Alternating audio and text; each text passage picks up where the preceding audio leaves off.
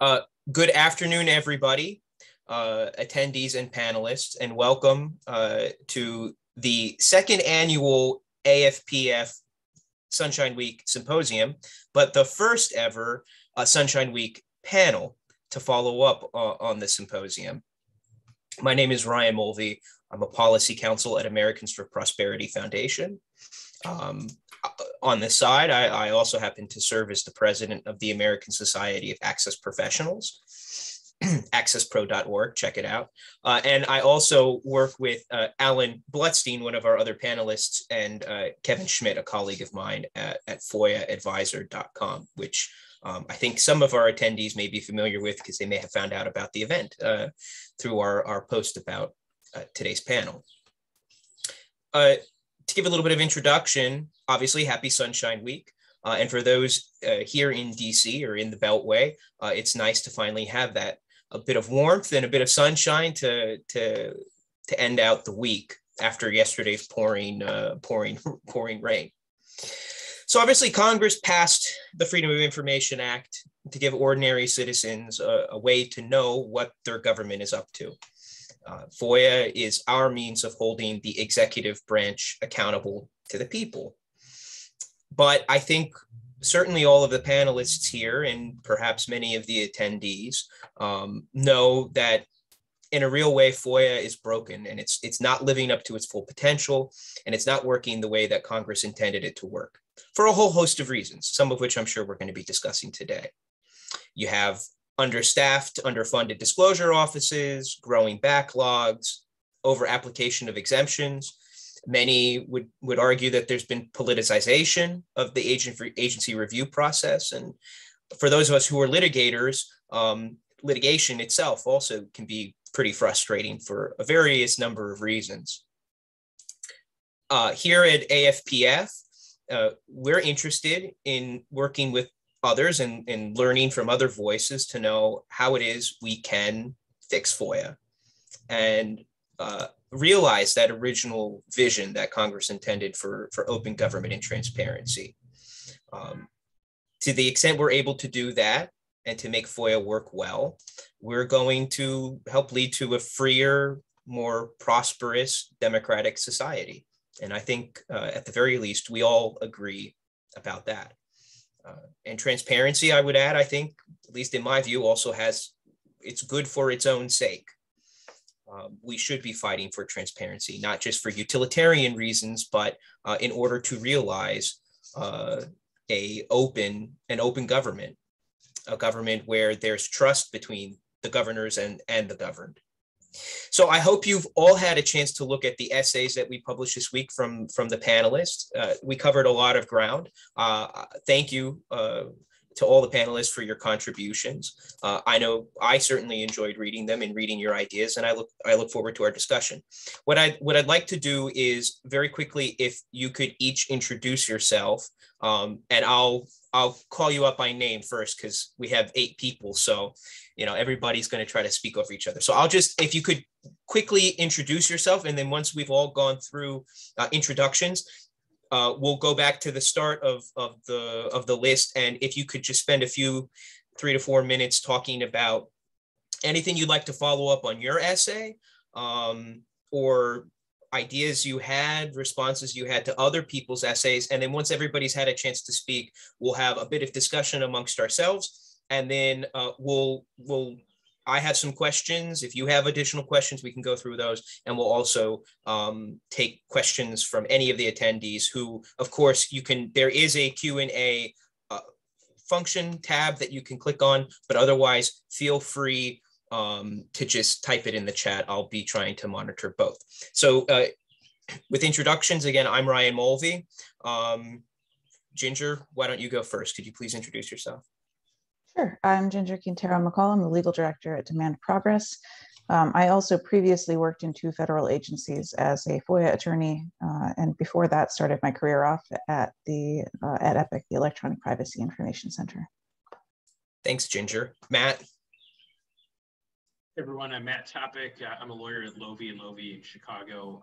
I run a practice that does hundreds of Freedom of Information Act cases at a time. Recent case was we did a DC Circuit case on redactions to the law. Great. Alan? Good afternoon. I am an attorney at America Rising Corporation, a pro-Republican research firm.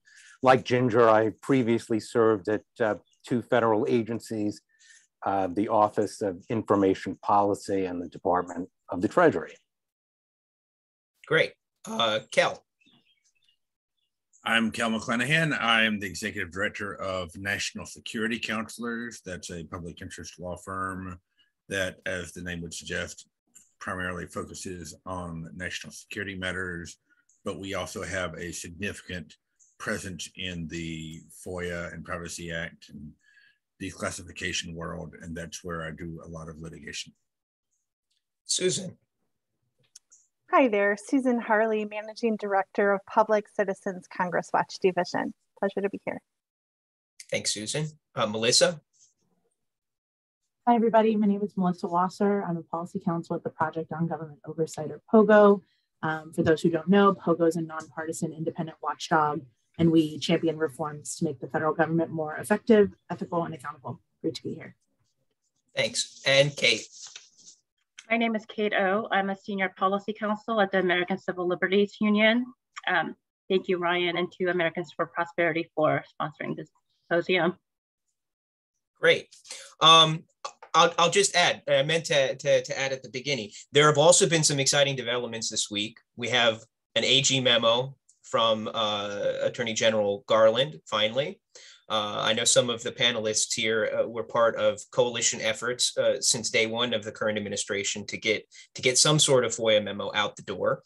So if you'd like to address that, please do. Otherwise, when we get to discussion, I can bring it up. But we also have some FOIA related bills that came out this week, including Senator Ernst's Director of Openness in Government bill and Senator Duckworth's and Leahy's DOJ OLC Transparency Act, which I think actually relates quite a bit to Kate's essay submission this week.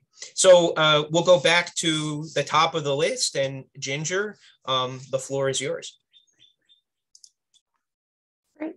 It's hard to be the first one to start off. So I guess I'll just sort of talk through what some of my recommendations were first, and then talk about some of my thoughts on the others.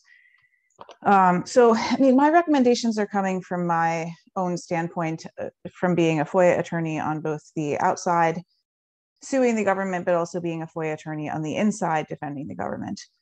And I mean, largely what I've seen inside the government is that most of the folks who work on FOIA in the government as government information specialists or FOIA attorneys there's no real malfeasance there. You know, folks are well-meaning, but these offices are often strapped with budgetary constraints, with staffing constraints. There's a lot of turnover because, you know, being a FOIA officer is sometimes a bit of a thankless job. They're stuck between agency leadership and FOIA requesters. And a lot of times the problems that we're seeing in FOIA are the result of those dynamics, as well as the fact that these offices don't really have up-to-date technology. I could show you perhaps some of the systems that these offices use. They are so clunky that they look like they belong in the 90s. And they probably do. They probably are creatures of 1990s computer science. So, you know, you have offices where your FOIA officers don't have access to good search and redaction technology. The offices are understaffed. They're also stuck between leadership, which doesn't want to disclose documents, and the requesters who want the documents.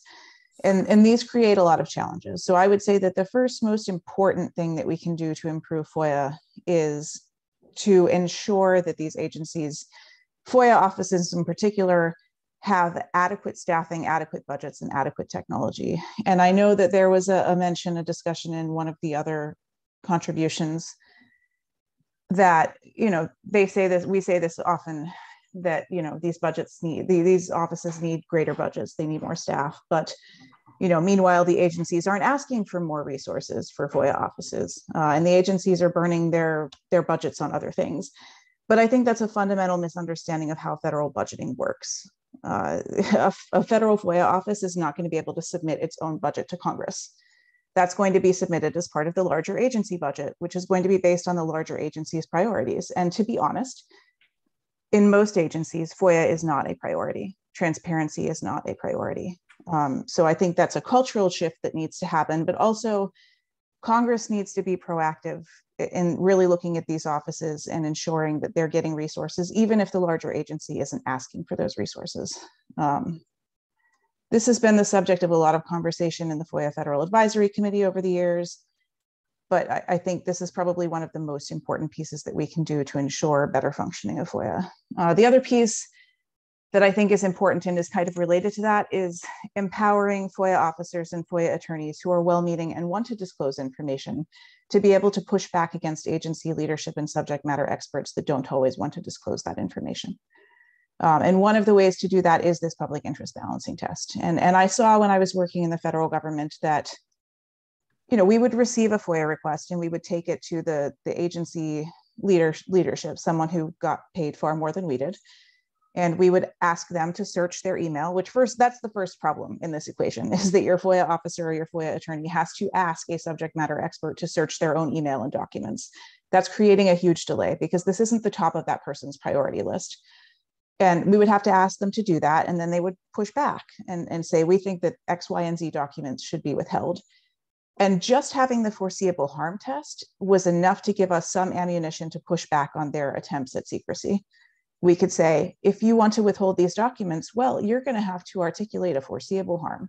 And that would often stop them in their tracks. And often they couldn't articulate a legal foreseeable harm. And so we would be able to disclose the documents. So I think the next step is the public interest balancing test, which I know Susan's going to talk a little bit more about, but I think that's a really important piece because it will empower FOIA officers and FOIA attorneys to push back on these secrecy arguments in ways that could be quite effective. I think allowing FOIA officers and FOIA attorneys to have access to documents firsthand, as opposed to having to rely on subject matter experts to search their own email and documents, is another important piece. So, you know, but that's largely agencies just need better technology. Most agencies are not operating on sophisticated cloud technology with good e-discovery tools that can search and redact. So, you know, giving them that technology would be very helpful. And then my final recommendation, which is something that I have always recommended in every training that I've given, is just better communication between requesters and FOIA officers. You know, oftentimes what we see here is just a breakdown of communication and customer service. And I think on one side, I have seen a lot of very overbroad requests. I have seen requests that were literally all documents and communications related to an office or an agency's primary mission, which is it almost never is that justified. But on the other side, requesters are often making these very broad requests because they don't have the knowledge to understand what documents an agency has or how those documents might be stored or filed. They don't have the ability to get in touch with a FOIA liaison. I know that there are some agencies, I'm not going to name them here, but they don't actually put their FOIA liaison's contact information up on the internet. Well, what the hell is the point of a FOIA liaison whose job it is to liaise with the public if you can't call them up on the phone? So I would suggest that agencies could improve their own situation by ensuring that there are clear lines of communication whereby a requester can reach out to a public liaison or a FOIA officer and have an actual conversation with them. And also that there's some basic customer service training on the other side. That, you know, FOIA officers and liaisons consider it their job and their responsibility to proactively reach out to the public. If you're looking at a very broad request, reach out to the requester and have a conversation about how to narrow. I guarantee that anyone on the agency side has better knowledge about how to narrow that request or where to target that request than someone on the requester side does, because there's a real asymmetry of information there. So those are my ideas at reforms. I really liked most of the rest of what was in other folks' ideas, especially the fees for commercial requesters piece. You know, that is certainly a problem. We are essentially subsidizing commercial requesters to make FOIA requests. If the agency is not charging these requesters for their requests, your tax dollars are paying for those requests to be processed, and they are often very broad requests from commercial requesters. So recovering more fees from commercial requesters would also help to solve that budget problem that FOIA offices have, provided that those fees are actually given to the FOIA office as opposed to just put in the agency's central repository, or worse, just given to the Department of Treasury. So I think that's great. Obviously, love the public interest balancing test and the B4 fix. The one thing that I would push back on a little bit is the mandatory fees in litigation, especially around commercial requesters. I had a situation when I was at an agency where we were sued under FOIA. Really, they should have been using discovery for this, but we were sued under FOIA for documents by a company that had repeated OSHA violations, and its OSHA violations had resulted in the death of a worker, and it was being sued by that worker's family. And they wanted FOIA documents from us, and they sued us for the FOIA documents, and we ended up settling out with them. And then they had the gall to ask for attorney's fees. And this was an agency that, you know, the only reason we settled out with them was just to sort of quiet the lawsuit. They should have been going through discovery through their other lawsuit, but, you know, a company that had killed a worker, an obviously commercial interest, they were making a FOIA request, and then they have the gall to ask for attorney's fees. So in that sort of situation, I do not think that there should be mandatory attorney's fees. I think that there are some little tweaks that should be made to the attorney fee provisions. The substantially prevailed standard, I know, is something I bumped into when I was litigating a lot. It makes it very difficult for even well-meaning organizations who are requesting in the public interest to obtain documents and then get fees. So I would say that that should be loosened up a bit, but I would be very hesitant to grant mandatory fees in other cases.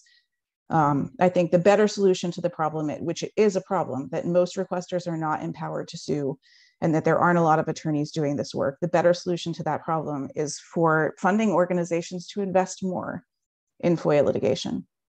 You know, there are big foundational funders who are throwing a lot of money at a lot of problems. And I think that this is a problem that there could afford to be a little bit more support, because opening things up, allowing more requesters to file lawsuits, I do think would be helpful.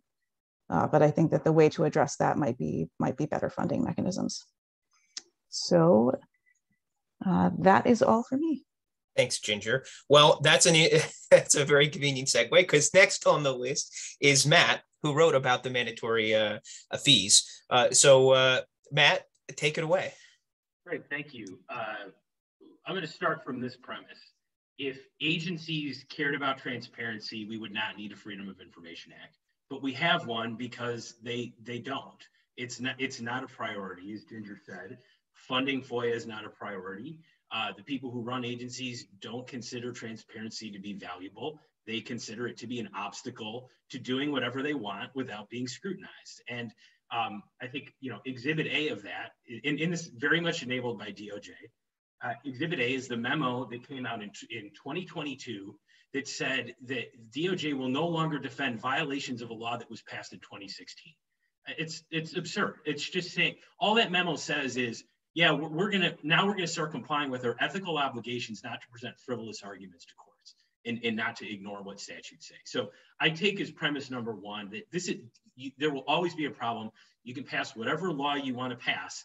If you can't enforce it, then it is going to be violated on a regular basis. And as I'm sure everyone probably on this panel and watching it can attest to, we are so utterly broken. We're not even close to what transparency is supposed to be under federal FOIA. You make a request to the FBI for 51 pages and you're going to wait for something like 2 years. I mean, you make an expedited request, and sometimes those queues are longer than like simple requests. It doesn't work the way it's supposed to. And the reason is, Ginger is completely correct, is that agency, we say over and over again, well, Congress should fund more, Congress should fund more. These agencies have a ton of money. They're just choosing not to spend it on FOIA. And so if they wanted to spend it on FOIA, they could. And I would suggest to you that that is the most important thing for an agency to do. An agency should stop doing anything else until it can do it transparently. The FBI shouldn't be investigating people unless the FBI can be transparent about how it's investigating people within, you know, the boundaries of whatever the exemptions are. But the system is broken. It takes forever to get anything. There are, you know, very overbroad exemption claims that are made all the time. DOJ fights it tooth and nail. with what are the equivalent of the most expensive lawyers in the world. They write very long briefs that I have to write a response to. It takes a lot of time, and then they have the gall to say, you don't get your fees because, our position wasn't totally unreasonable, right? So I think the only way you really make change is you have to create a situation where change is a better alternative to whatever the alternative is. And I would suggest that the only way to do that is to hit agencies with so many lawsuits that they drown, that the DOJ can't keep up with the lawsuits. They can't even file answers on time. DOJ would have to hire 1,000 more lawyers in DC to keep up with it, because I would suggest to you that is the extent of the problem. It's that bad. It's so slow. It's so abused that if you really want to fix it, it takes a huge change. So how do you do that? Well, you put agencies in a position where it becomes much, much easier for people like me to bring many, many more cases. I would disagree with Ginger that ought to be up to wealthy donors to fund that. Generally, those are donors that have some particular political agenda or interest in what they're doing. It doesn't help media clients at all, unless they're nonprofit media. It doesn't help individual requesters. And so I think we will always have a ton of violations. And the only way to put a dent in that, and the only way to change the incentives, is to make it much easier to sue. And discretionary fee recovery makes it hard to do that. Because I don't know going into a case if a court's going to say, yeah, the agency broke the law, but they weren't like totally unreasonable in how they broke the law. And so I just don't get paid unless I have the rare client who's like, yeah, I'll pay you every month for the time that you spend. And that's incredibly rare that is the case. So I think, all the suggestions here I thought were really, really good. And a lot of things would go a long way to fixing things. The question that I would come back to is, in 2016, we passed a law about the foreseeable harm standard. DOJ argued for like 5 years that the law isn't actually a change to the law, and that it doesn't require them to do anything different, and they could rely on the same generic affidavits that they had forever. And only after the DC Circuit told them they were wrong, now there's finally a memo from the AG that says we're not going to defend that anymore. So I think that's really a pretty good, pretty well explains how bad the problem is. And I think unless you can enforce it much more easily than you can right now, you can pass a law that's going to say a lot of wonderful things, and the agency is just not going to comply with it. So that's my thesis. Ginger, I agree with your point completely about commercial requesters. That really had not even been a thing on my mind. But I think if you took commercial requesters out, and I started my practice in Illinois. We have mandatory fee recovery. It makes it a lot easier for me to bring a lot more cases. And I think it actually has made a very significant change in at least the Chicago Police Department, which has a terrible history. They still violate the law all the time, but I can get into court and get records produced in a few weeks by filing a lawsuit for people who otherwise would be waiting forever. So I think if we look at states that have mandatory fee recovery, I think you're going to find that it's just a lot easier to get records, and it changes the incentives for the agency. So thanks again for having me here. Great to talk about it. Thanks, Matt. And yet again, another excellent segue. Speaking of commercial requesters and fees, Alan is next on the list. And Alan, part of your submission this week addressed this very topic. Yes, thank you, Ryan. And I apologize for omitting the fact that we are former colleagues. I worked at Cause of Action Institute. FOIA, may be broken, the statute itself, or, in application. I actually feel pretty fortunate to be a requester. It's a lot easier than being in the government. What takes me, a 10-minute request could take an office, many weeks or months to process. And so, in other respects, I can make an unlimited amount of requests. There are no quotas. I can flood the government or a particular office. There are no page limitations. I can ask for all emails from a particular person for 4 or 5 years. That's a reasonably described request. It's not a burdensome search. It's a couple of clicks. If there's a delay after 20 or 30 business days, I can file a lawsuit $400, I've got a pretty nice headline. You know, I have lots of clients who'd be happy with that.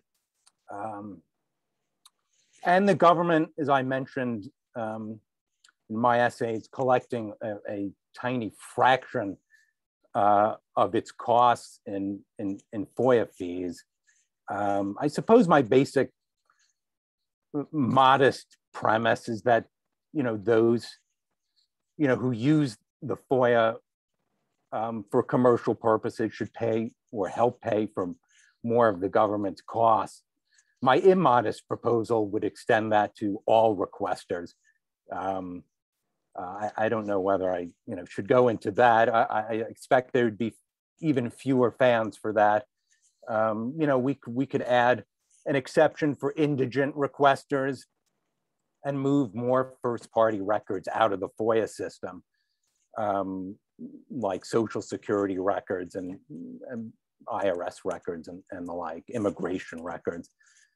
But in some, you know, I feel that my fishing expeditions shouldn't be subsidized by my neighbors, Mr. and Mrs. Taxpayer.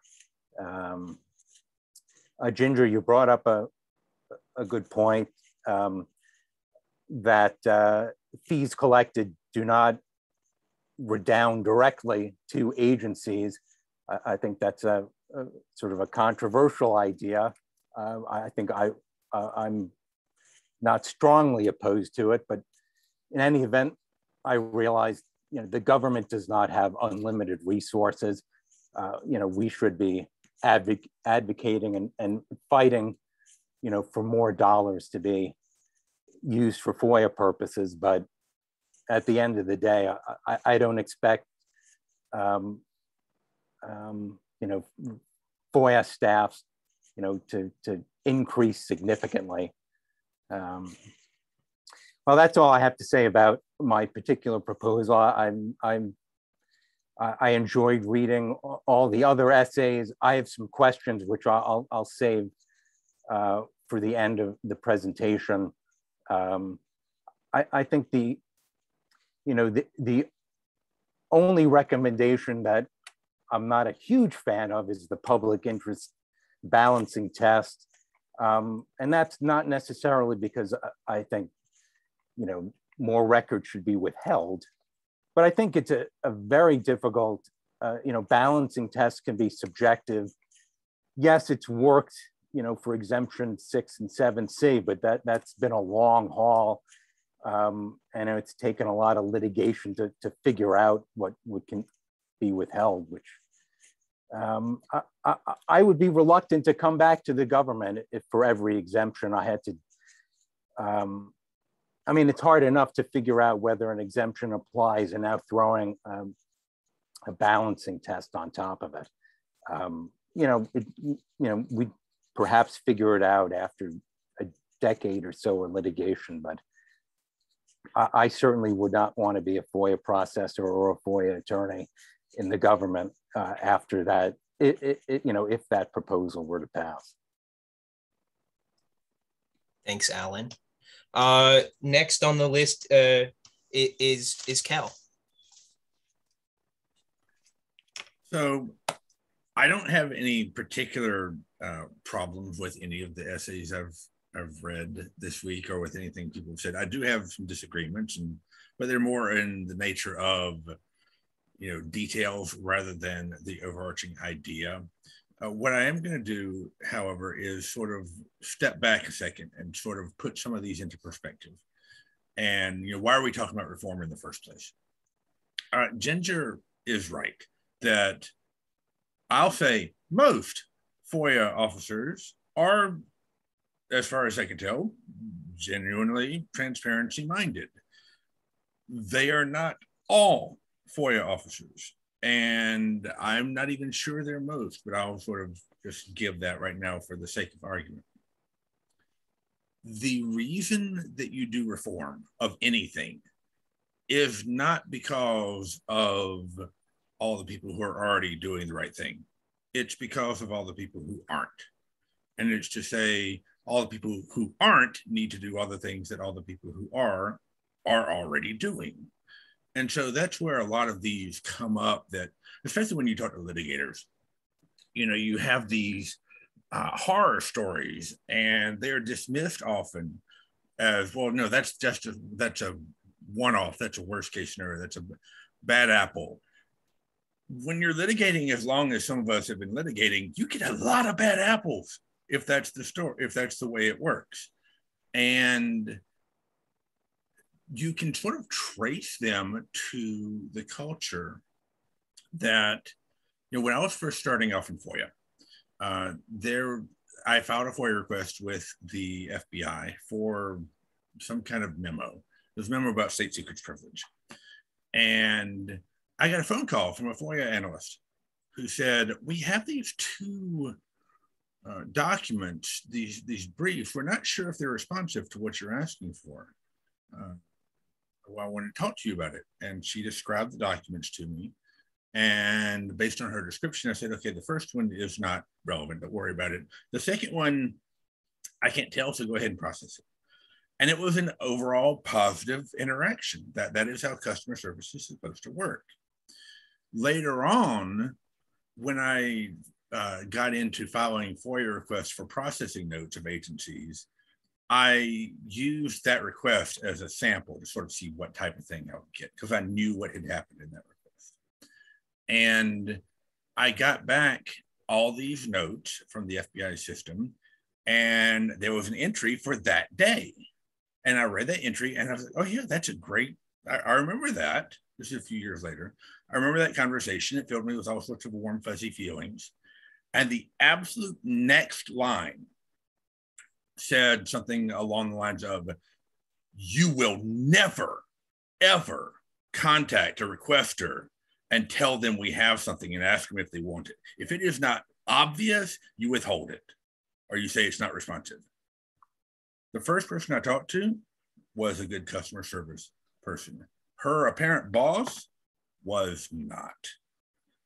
And you can see this all the time, where a few years ago, Rex Tillerson was head of the State Department, right? And he did this big push to get rid of the FOIA backlog.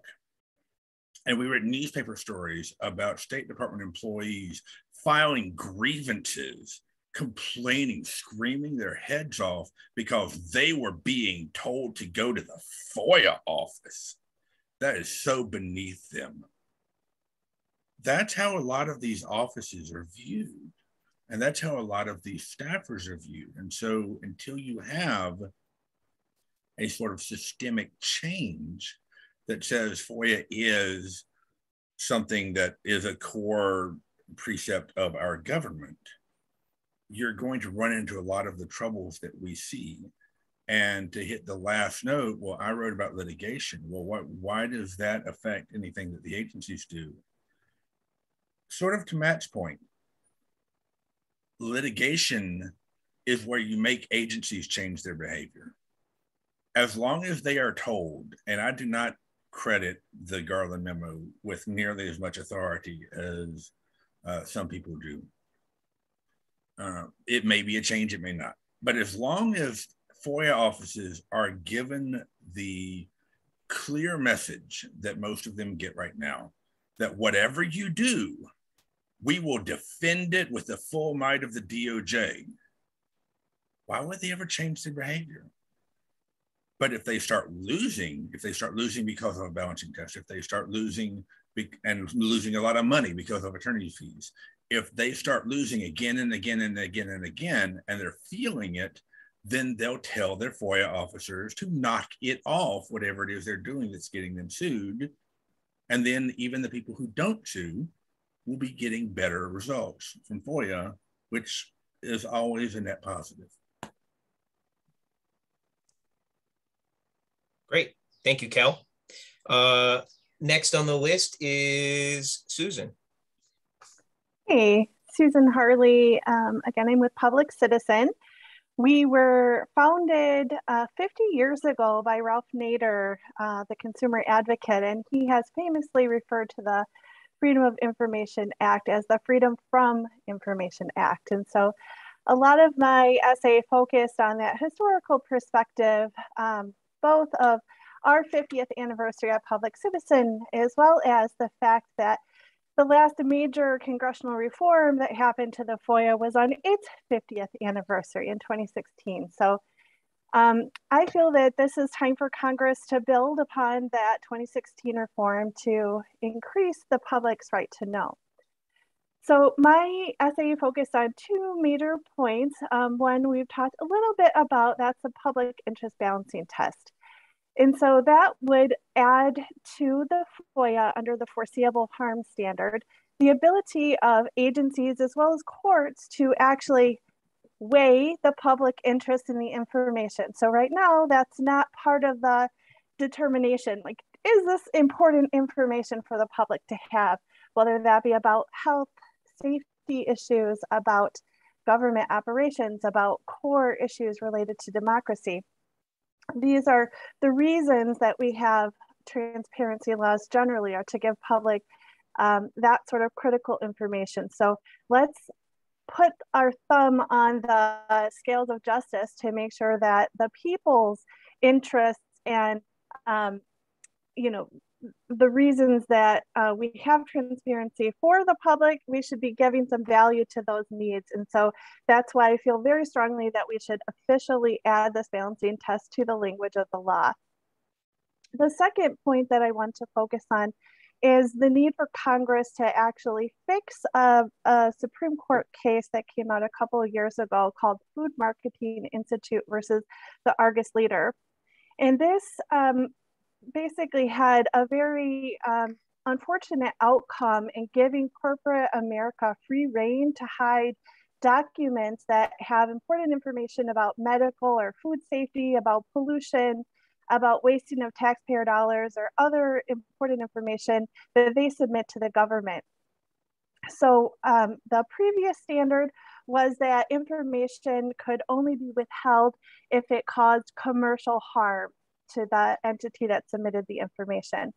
That is unfortunately not now the standard. And so we believe that it's very easy to fix that. We support a bill called the Open and Responsive Government, S742, that would re-establish that standard, that information can only be withheld under exemption 4 for confidential commercial information when that information would cause substantial competitive harm. So that is the crux of my essay, but I really agreed with lots that were in other folks' essays. Definitely really support everything Ginger had to say, particularly from her perspective of coming from the government. Yes, giving more resources to FOIA officers. Yes, using tech to work smarter. Another point I wanted to underline from her essay was just how ridiculous it is to ask agency staff to search for files that may be related to their own wrongdoing. That really should be some neutral party being asked to do that. And then otherwise, just generally, agree with all the points made about the fact that litigation is the most powerful check on agency secrecy. I know that came from Ryan and Americans for Prosperity's essay. So again, really appreciated all the perspective of litigators who want to make courts work better on behalf of the public. So I'll stop there. I know we're running short on time. Thanks, Melissa. Thanks, Susan. Now, Melissa. Hey, everybody. Melissa Wasser at POGO. So my piece that I submitted is a fix that's actually been on POGO's radar for quite a while. And it deals with how a loophole in FOIA ends up hurting congressional oversight. In the text of FOIA, it states that the executive branch can't use the law to, quote, withhold information from Congress. But the problem is there is a 1984 memo from the Department of Justice, an OIP, defining Congress to be either an individual House of Congress, meaning the House or Senate as a whole, or a committee or subcommittee, which means individual members have never been included in that definition. So the impact of that means that executive agencies can then withhold information from individual members of Congress who make requests for information. And I want to just flag, I'm not talking about members of Congress making actual FOIA requests. What ends up happening is individual members of Congress are requesting information from agencies, which they have a right to do, but that information is being subject to the redactions that public FOIA requests also have. And so only chairs and ranking members of committees and subcommittees can count on getting responses without these FOIA redactions, which, if you think about it from a congressional oversight perspective, it really hampers the ability of rank and file members to conduct their own oversight, potentially what's going on in their own districts or what's happening to their own constituents. And so our fix is under 5 USC 552D. I know everyone has a statute up right in front of them, but we would add the phrase or any member thereof after the word Congress. And so what that would do is clarify that all members of Congress can receive unredacted information regardless of their status as a committee or subcommittee chair. This isn't a new fix. There actually was an amendment that passed the House of Representatives in the Protecting Our Democracy Act on a bipartisan basis. This amendment was from Lou Correa out of California, a Democrat, and Darrell Issa out of California, a Republican. Of course, as I speak, you're going to hear sirens in the background. But I will say that closing the loophole is drastically going to improve congressional oversight. But as others mentioned on this call, there's an added benefit of ensuring that there's more resources available for FOIA officers to then process requests from the public. You know, we've all talked about how FOIA is broken, it's not working. In fiscal year 2020, I'll just mention agencies took an average of 97 days to process requests, which is well beyond the 20 business day deadline. This fix would help make the FOIA process more efficient and free up those agency resources to handle the actual requests coming from members of the public. These offices shouldn't be further weighed down by trying to determine what kind of exemptions and what kind of redactions to apply to requests from members of Congress. I also go into, there's legislative intent in the statute to give access to all members of Congress. I'll save that for later. My quick thing on the other pieces, I'm not a litigator, so reading about the litigation pieces were really insightful to me. I got really upset at Kel's essay just because I was like, how many bites at the apple do these people actually get? I'm interested in hearing more about the Freedom of Information Court. I don't think that's come up yet. I also handle court access issues, so I was really viewing it with that lens there.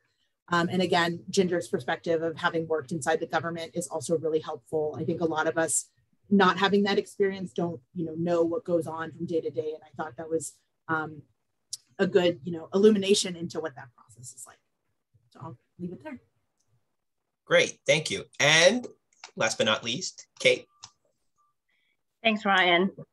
So the essay I contributed focuses on the need for Congress to vastly expand proactive disclosures under FOIA, and why the type of records Congress should start with is the government's interpretations of what the law is.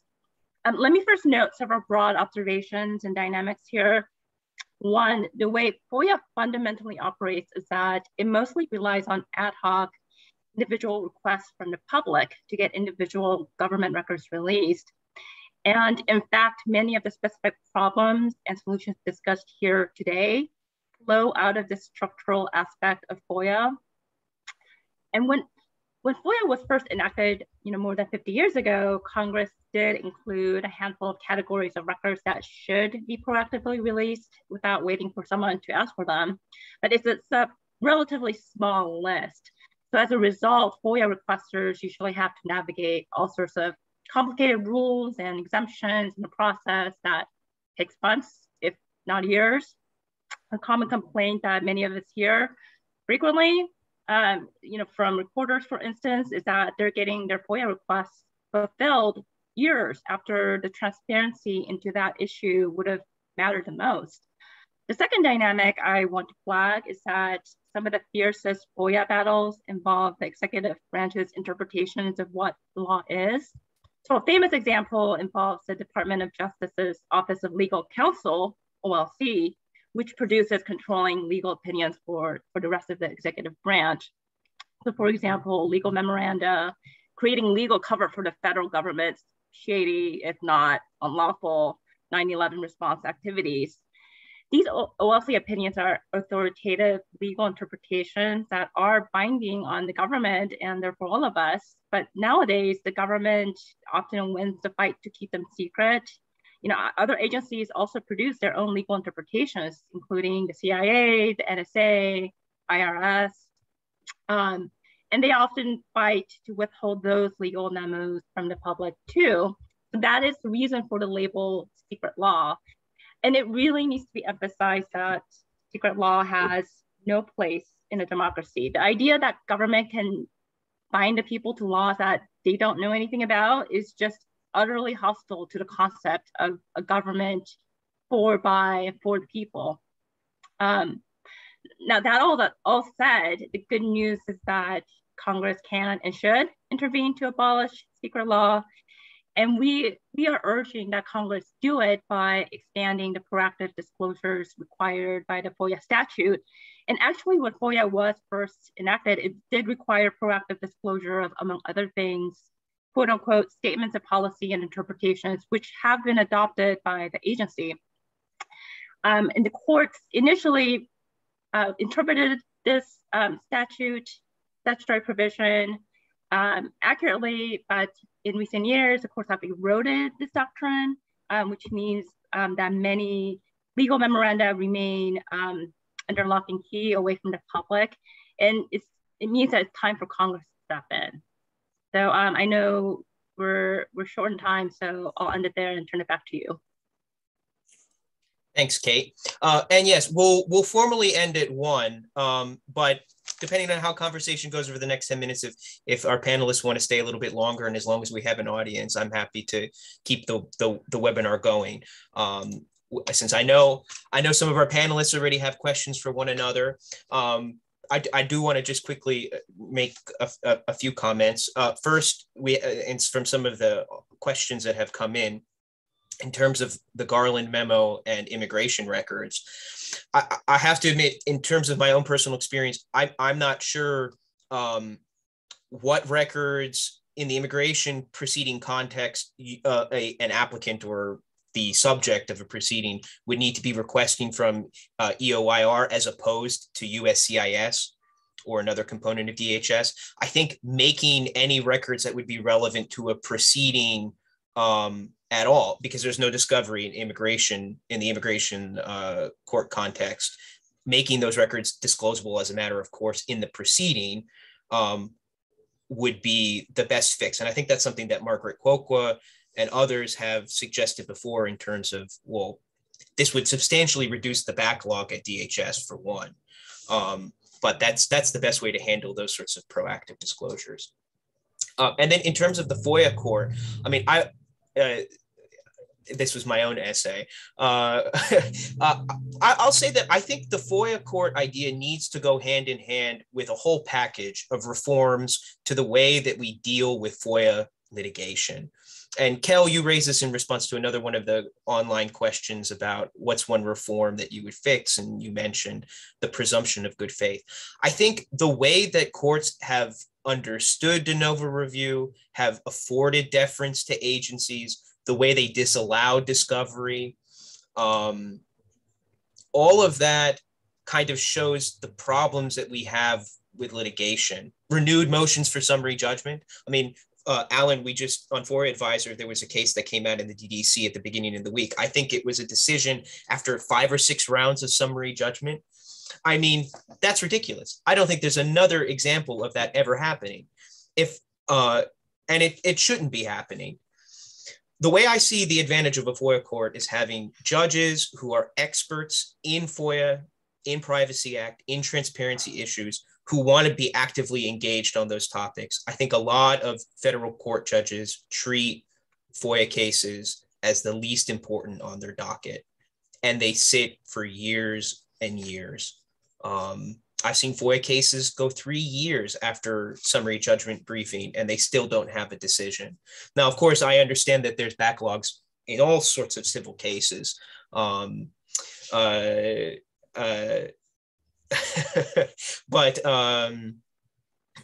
sorry, I just got distracted for a moment. There are all sorts of backlogs with civil cases, but with FOIA, I think having a specialty tribunal that has concurrent jurisdiction, right? So it wouldn't necessarily be the only venue for FOIA hearings, for FOIA adjudication, would be a step in the right direction. All right, I think Ginger had already called dibs on asking the first question, so I'll pass it off to you. But if all our panelists could just be cognizant of time with our questions and answers, that would be great. Thank you, Ryan. I have a question for Matt, just to further flesh out the parameters of the mandatory attorney's fees. You know, what would the limits on that be? What would be the circumstances where someone would be able to qualify? Well, I think all you would need to do is just change the word may to the word shall, and then there's plenty of law on that. You would still have the catalyst theory, and so if I can show that my lawsuit drove the release of records, then I would be eligible for fees. You would just be removing the entitlement part of the analysis. So once I'm eligible, then I get my fees, and it doesn't matter whether the government's position was wrong but reasonable, or any of those other considerations or factors. Alan, I think you had a question about B4. I did. I know there's a legislative fix that's pending, which I've reviewed, but I wasn't, and I know it calls for the restoration of the national parks test, but I was curious, what about records that are voluntarily submitted to the government? Those were treated, I guess, more favorably to those who submitted the information. Would that test be restored as well? In other words, are we simply pre-Argus leader or something different?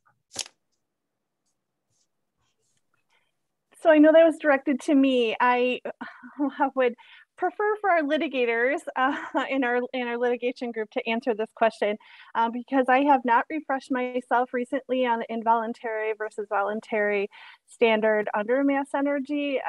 But this is taking it back to national parks standards. So I apologize that I am not fully able to answer that question. I'd be happy to get you a written answer from our litigators though. I'm happy to jump in, and I'm sure Kel might have ideas too. But yeah, I think. Oh no, I do think that the fair. So if you look at the Leahy-Grassley bill that's popped up a few times, it would restore the national parks test, but extend it to all exemption 4 cases. So the distinction, the voluntary involuntary submission distinction that you had from critical mass would go away. And you would just have substantial harm for all exemption 4 cases. I suspect that's why the legislation's been languishing for 2 years. I mean, I would oppose that. I think the government's going to get businesses are not going to submit information voluntarily if it's subjected to that test. Just my prediction. Do we have any other thoughts on B4? I know that I just said that I stay away from B4, but but you're gonna jump in. I'm gonna weigh in just on the last thing that Alan said. And this is part of sort of my outlook on life. I've always been reluctant to not do something because people won't then do what they're supposed to do. It's sort of like the whole chilling effect that that they always make of, well, if people knew that their things would get out, they wouldn't give candid advice. And my response is, well, if they don't give candid advice, then they should be fired because they're not doing their jobs. So as far as giving companies being unwilling to give information to the government, they don't do it out of the goodness of their hearts. They do it because they get something out of it for the most part. And so if you choose not to voluntarily give something to the government, then you don't get to reap the benefits of giving that information to the government. So that is a call that at least a significant portion of businesses, in my experience, would say, okay, fine. We're not going to cut off our nose to spite our face. We're going to lobby against doing it. But if the law is changed, we're going to still continue to do the thing that gets us material benefits, even though it might be forced to be released. This was the argument against FOIA back in the 60s. was that agencies would stop doing things if they were subject to FOIA, and it didn't pan out. Like they got too many. There were too many benefits to functioning the way you're supposed to that outweighed, and now you're transparent. I would just add on B4, and otherwise I'm happy to post a link, because there was my colleague James Valvo and I, when we were at Cause of Action, authored a coalition brief in Argus Leader, and I think a number of the organizations who are on the call now were actually co-signers, where we advocated, so with respect to the critical mass distinction, that distinction itself is atextual and probably should never have developed to begin with. And so taking the national park standard, bringing it back, and then making it apply to all of exemption 4 is favorable, just because it's eliminating an atextual development that rose out of the DC circuit. But I digress. I'll find that link before we end the conversation and post it for those who might be interested in reading a FOIA amicus brief. I have one question that came up when I was reading Matt's essay, and it's not directly related, and this is open to everybody. But we have 552A4F, which is the special counsel referral provision, which requires a finding of before you even get to the referral, you have to win the attorney's fees. So it's an uphill battle to get to that position. But then after that, you also have to get the court to write a written finding that there was possibly arbitrary and capricious behavior on the part of agency personnel in processing the FOIA request. I have never heard of there ever being a referral. And I think we've looked into this and have found there has never been a referral. And even if there certainly hasn't ever been action by the Office of Special Counsel. Does anybody have thoughts on the special counsel provision and whether, because I've heard diverse views on this. I'd be interested to know what you all think. And for those, before you answer, for those who are on a tight schedule and will be leaving right at the hour, I want to thank you all for joining us for this panel discussion and for taking time to read the essay submitted this week. This has been a fantastic discussion, and I'm honored to have such FOIA sages here to talk about FOIA. But happy Sunshine Week again, and have a great day. But I hope that you stay for a little bit longer as we continue to talk about FOIA. Kel, you had your hand up first. Well, it was aimed at Matt primarily, so I'll let him go first because he was name dropped if he wants to. Here would be my thought is, I mean, it's a great idea, but I wouldn't expect judges are often going to find, arbitrary and capricious or take the time to do that. I think what gets missed in all this is that if there truly is a presumption of openness, then most violations are arbitrary and capricious, because at best, the government has a plausible argument, but so do I.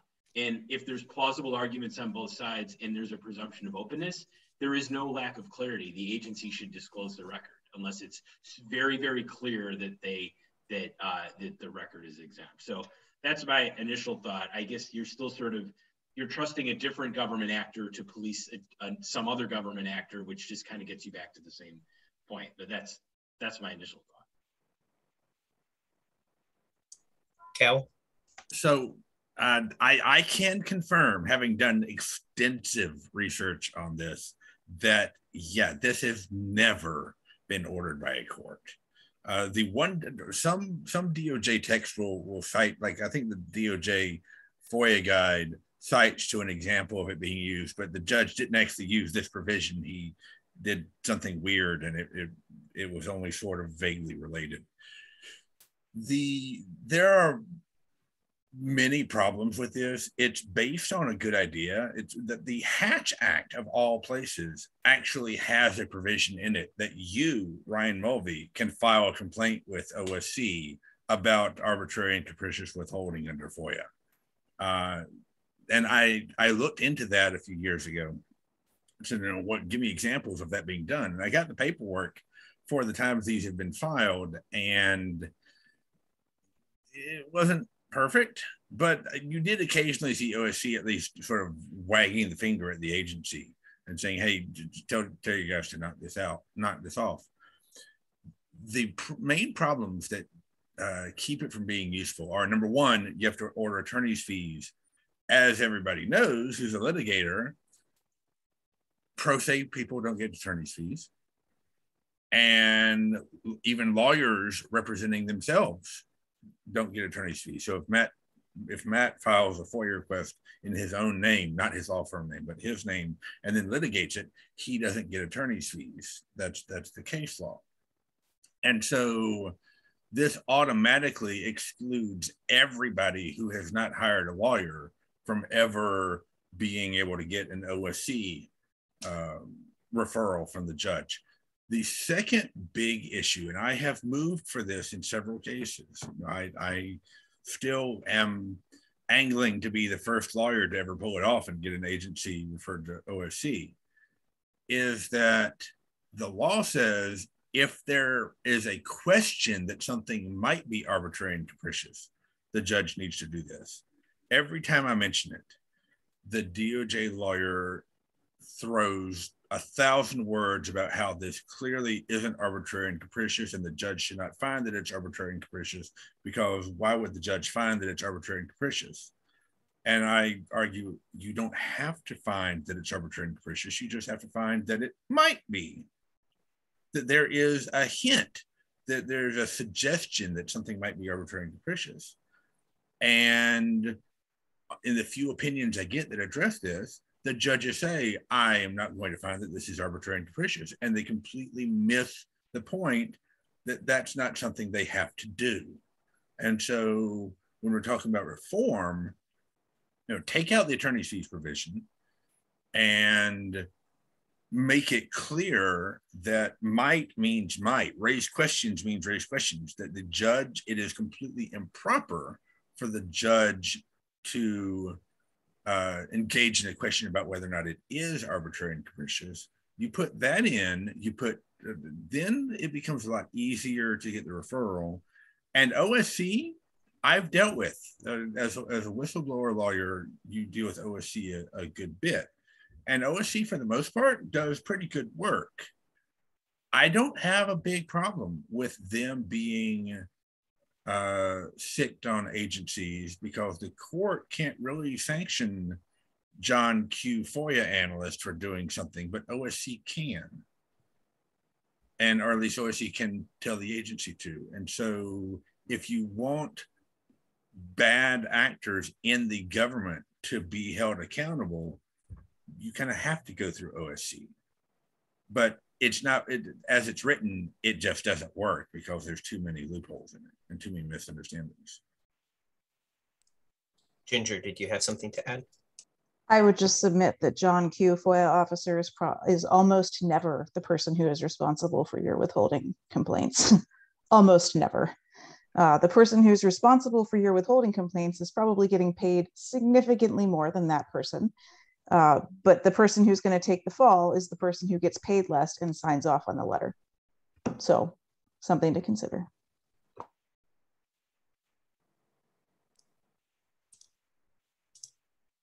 Great.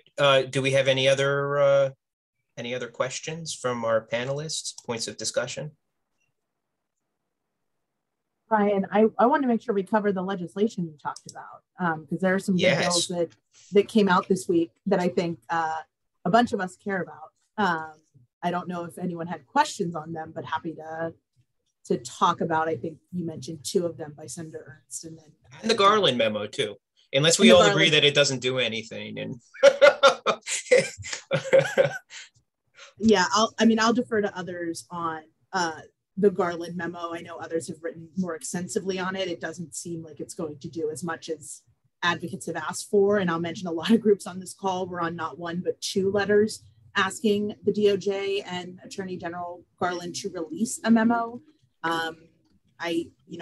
Open the Government's not here, but their Accountability 2021 initiative also asked for that memo to be released upon the Biden administration taking office. I'm happy to defer, if Ginger, if you want to talk about the memo or any of the bills, but want to come back to the bills at some point too. But before we, Ginger, just real quick, just one quick thought, and then I'll let you jump in.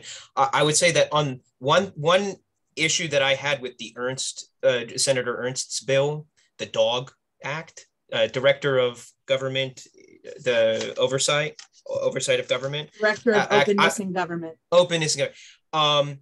The one thing that concerns me is that having it as a component of the Executive Office of the President, putting it within EOP and having it as, but without any sort of IG authority or, I haven't seen the text of the bill. I don't think it's public yet, but I'm concerned that that's going to be a captured role, that it's not going to end up having much authority within the government. It makes more sense to me that you have a legislative branch agency, perhaps like GAO. So one of the ideas is that this Director of Openness in Government would be doing annual reports tracking what's going on with FOIA. That's something that GAO does when it's requested, and they do a pretty good job. In a sense, I think it makes more sense to have it outside and then give it IG type authority to be able to get at these agencies, because the president, I don't think is going to be doing that. Ginger, go ahead. First to that, as someone who has served in the nominal office of an ombuds appointed by an elected official in a state, I can tell you that unless that office is fully independent and structured under an independent office, it is not going to be effective. So I think placing it under the GAO would be a much better decision. But speaking to the DOJ's memo, I mean, I think broadly speaking, it's nice. It's coming from a good place. It hits some of the high points that we would hope for, but it's late. And I think that there are some very significant tangible things that are missing there. And one thing in particular is that the DOJ is in charge of the Office of Legal Counsel. One thing that could have been included in that memo is that Office of Legal Counsel opinions will be transparent, as have been mandated in the bill that Duckworth and Leahy have proposed this week for the DOJ OLC Transparency Act. I mean, that's one thing that the DOJ could choose to do, and that would be a really meaningful change, and it would be very tangible. Kel, real quick, and then back to Melissa. I think that, I mean, and I've been pretty vocal about the memo since it came out. I cannot stress strongly enough how the good place that Ginger said this memo came from cannot be traced back to there through the jungle of caveats and clarifications and sort of lawyer weasel words. And so this memo, like I find it remarkable that for an administration that says it's not going to be the most transparent in history, because but is supposed to be pretty pro-transparent, that the very first thing in the memo is we're going to do the thing that the law has required us to do for 7 years, or for 6 years. And good, I'm glad that you're putting a foot down for not breaking the law, but the rest of the stuff, it's they should do this, they shouldn't do this. Even the agency will, the DOJ will not defend something that is in clear violation of the statute. Well, according to every DOJ litigator I've ever been up against, I don't think they consider anything to be a clear violation of the statute. They Melanie Puffday got called out by a senator, I want to say Grassley, for a position that was taken saying that the 20-day requirement didn't mean anything. And he said, how can you take that position? Like, how can the government say that all you have to do within 20 days is say, we got it, we're thinking about it? That was from the FEC case. And I forget I think it might have been Public Citizen. I don't remember who the plaintiff was in the case. And she, of course, said, well, we're not going to talk about ongoing litigation. which is the answer to everything, because as soon as you sue them for breaking the law, they all of a sudden say, well, we don't have to talk about that. But there are so many tiny things that they could have put into this memo that would have had an outsized impact. Like, we will make an independent decision about openness. We will not defend anything that a court has found is not supported. You know, technical changes to the language that actually send a message that this is not your father's OIP and that we're going to do things differently. But they didn't do any of that. And until they do that, I'm not willing to give them any more credit, because I've been burned too many times with too many of these memos. Melissa? Yeah, so I guess I'll go back to the Ernst bill first. I agree with the comments that have been made about independence. I think that's something to really pay attention to. I know, Ryan, you mentioned there's no text yet. I did pull up the press release, and it does say that the Watchdog Act would provide taxpayers with a summary of information they have a right to know about and how to obtain it, would review complaints about failures by any agency to comply with federal transparency laws, and grade each agency annually on timeliness and completeness of information provided to the public, which again is all, I think, good in theory, but again, devil in the details, right? So I am interested to see where exactly that will end up. And then going to the DOJ OLC Transparency Act, I will say that POGO did endorse that legislation. I know Demand Progress did as well, with Senator Duckworth and Senator Leahy. Again, we've been talking about OLC transparency. I know Kate wrote about it in her essay, that this, the secret law, we just need to be able to see it and make sure that Congress can have a robust debate about the impact of these opinions and this body of secret law. Again, we want more transparency from that office. I know many of our groups have worked towards advancing transparency into OLC opinions, even a list of what opinions are out there, if opinions are withdrawn. I know from POGO's perspective, we would want DOJ to make all of those opinions publicly available, posted online in an accessible format within 30 days of issuing an opinion. And there should be an index of existing opinions. And also the Attorney General should ensure that they report withdrawal of opinions. And so when OLC has revised its prior opinions, public reporting is absolutely necessary to do. I'll also just mention, I know we're running out of time, and this is the end of Sunshine Week, but this happens a lot with a lot of legislation. It comes out during Sunshine Week, people push transparency, and then it dies at the end of a Congress. And so I think it's really imperative that all of our groups, all of the attendees, people watching the recording back, are pushing for more transparency with their own representatives as well. So if there are issues that we talked about today that people care about, please write to your senator or representative, share the group's work that are on this panel, because I see a lot of stuff in the chat right now about support for transparency and support for accountability. But again, it's not about letting sunshine in once per year. It's about doing it all year long and making sure that Congress, is held accountable, that there's more transparency and promoting greater accountability. So I'll get there. Thanks, Melissa. I mean, just a thought there, and this is something that I typed in the chat in response to Alex Howard. No need to reinvent the wheel.